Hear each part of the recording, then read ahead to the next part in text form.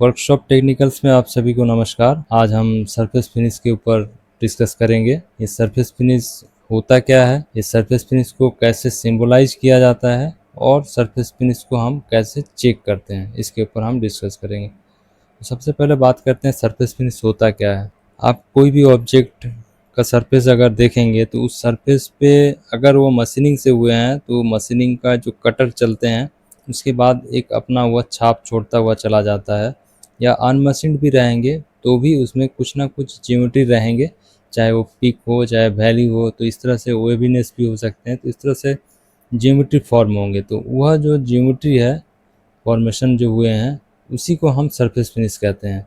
जितना ज़्यादा उतार चढ़ाव रहेंगे उतना ही ज़्यादा खुरदरा होगा, और जितना कम उतार चढ़ाव रहेंगे उतना ज़्यादा सरफेस अच्छा होगा।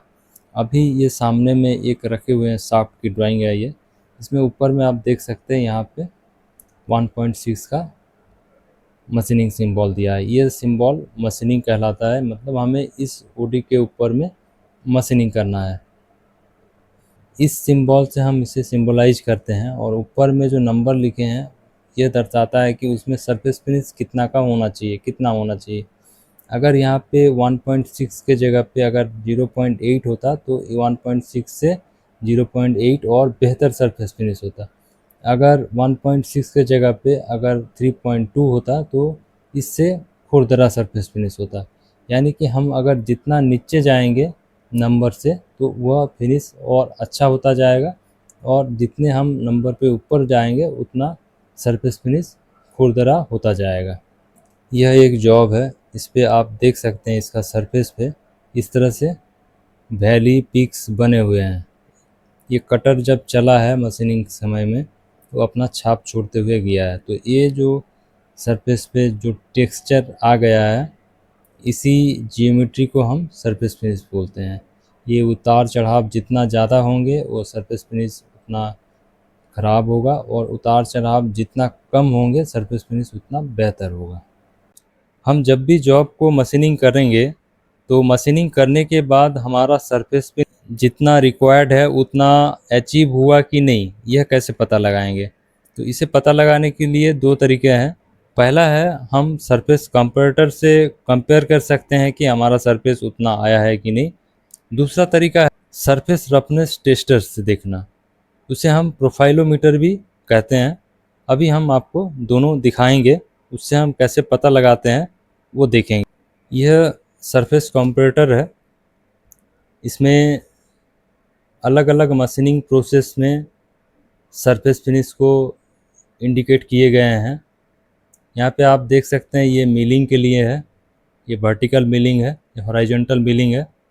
इधर अगर हम आएंगे तो टर्निंग का है, और यहाँ पे वैल्यू दिए रहते हैं कितने कितने के सरफेस फिनिश के इक्वल है ये।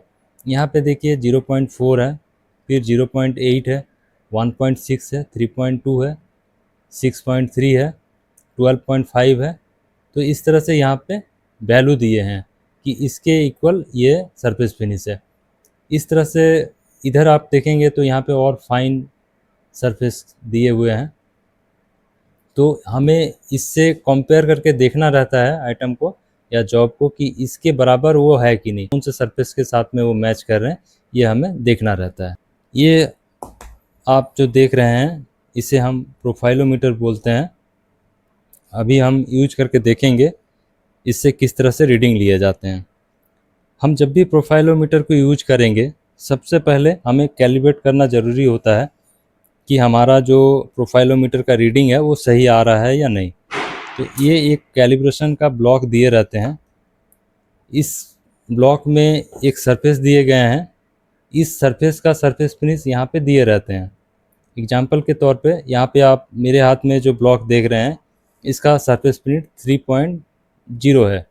अभी हम प्रोफाइलोमीटर से इसकी जांच करेंगे, अगर इतना आता है तो फिर हम समझेंगे कि हमारा जो प्रोफाइलोमीटर है वो रीडिंग जो भी देगा वो सही रीडिंग देगा। इसको हम अभी देखेंगे। ये हमारा ब्लॉक है, हम प्रोफाइलोमीटर को इसके ऊपर रखते हैं, इसे हम ऑन कर लेते हैं। ये ऑन हो गया हमारा प्रोफाइलोमीटर। अभी हम इसे स्टार्ट करते हैं। आप यहाँ पे गौर कीजिएगा, ये इसका स्टाइलस जो है ये यहाँ पे मूवमेंट हो रहा है, और यहाँ पे देखिए इसका प्रोफाइल बनते जा रहा है। अभी ये वापस जा रहा है, यहाँ पे देखिए रीडिंग शो कर दिया 3.09।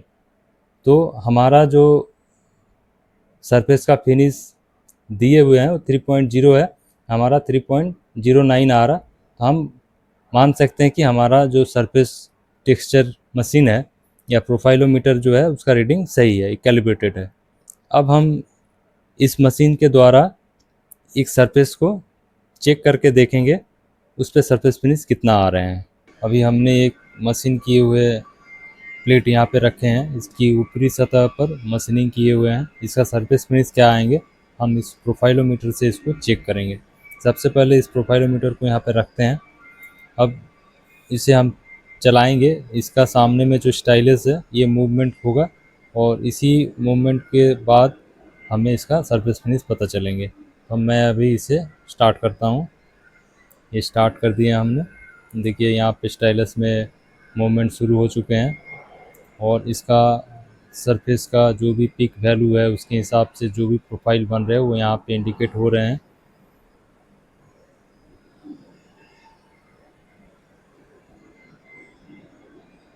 अभी देखिए इसका वैल्यू आ गया है सरफेस फिनिश का 0.64। तो हमारा यहाँ का जो सरफेस फिनिश है वो 0.64 है। इसके आगे हम RA लगाते हैं, RZ में भी वैल्यू आएंगे लेकिन यहाँ पे हम RA में चेक कर रहे हैं। मान लीजिए अगर हमारे पास मशीन ना हो, हमें कंप्यूटर से चेक करना हो तो फिर कैसे देखेंगे। तो उस स्थिति पे हमारा जो जॉब है उस पर हम पहले उंगली के नाखून से यहाँ पे रगड़ेंगे, और जो फीलिंग है उस फीलिंग को हम यहाँ पे हमारे जो कंप्यूटर है इसमें अलग अलग सरफेस फिनिश के सैंपल लगे हुए हैं, उसके हिसाब से हम वहाँ पे नाखून से रगड़ के फील करेंगे और देखेंगे किस सैंपल के साथ में वह मैच कर रहे हैं, और फिर हमारा सरफेस फिनिश वही होगा। लेकिन इस प्रोसेस में काफ़ी अनुभव की ज़रूरत पड़ती है। अगर आपका अनुभव सही नहीं रहेगा तो फिर आप गलत भी हो सकते हैं।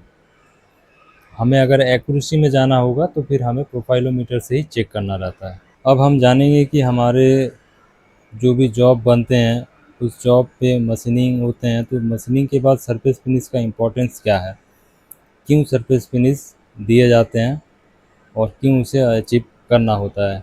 मान लीजिए यह एक ऑब्जेक्ट है और इसके ऊपर में एक और ऑब्जेक्ट आ रहा हो जो इस सतह पे के ऊपर रहेंगे या फिर उसमें आगे पीछे मूव करेंगे।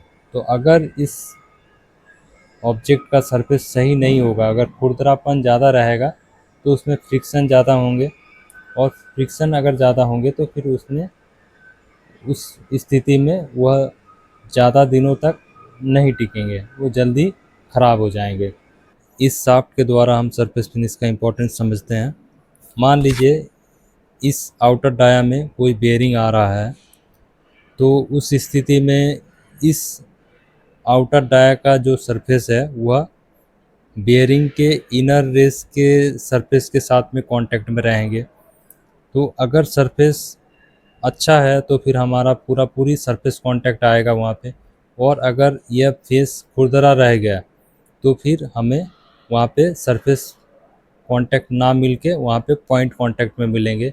हम जब लगाएंगे बेयरिंग को तब शुरुआत में तो वो सही रहेगा, टाइट रहेगा, लेकिन कुछ समय के बाद जब बेयरिंग में दबाव पड़ेगा तो वह जो हाई पॉइंट्स है जो पॉइंट कांटेक्ट में है वह घिस जाएंगे और फिर वो एरिया लूज हो जाएंगे।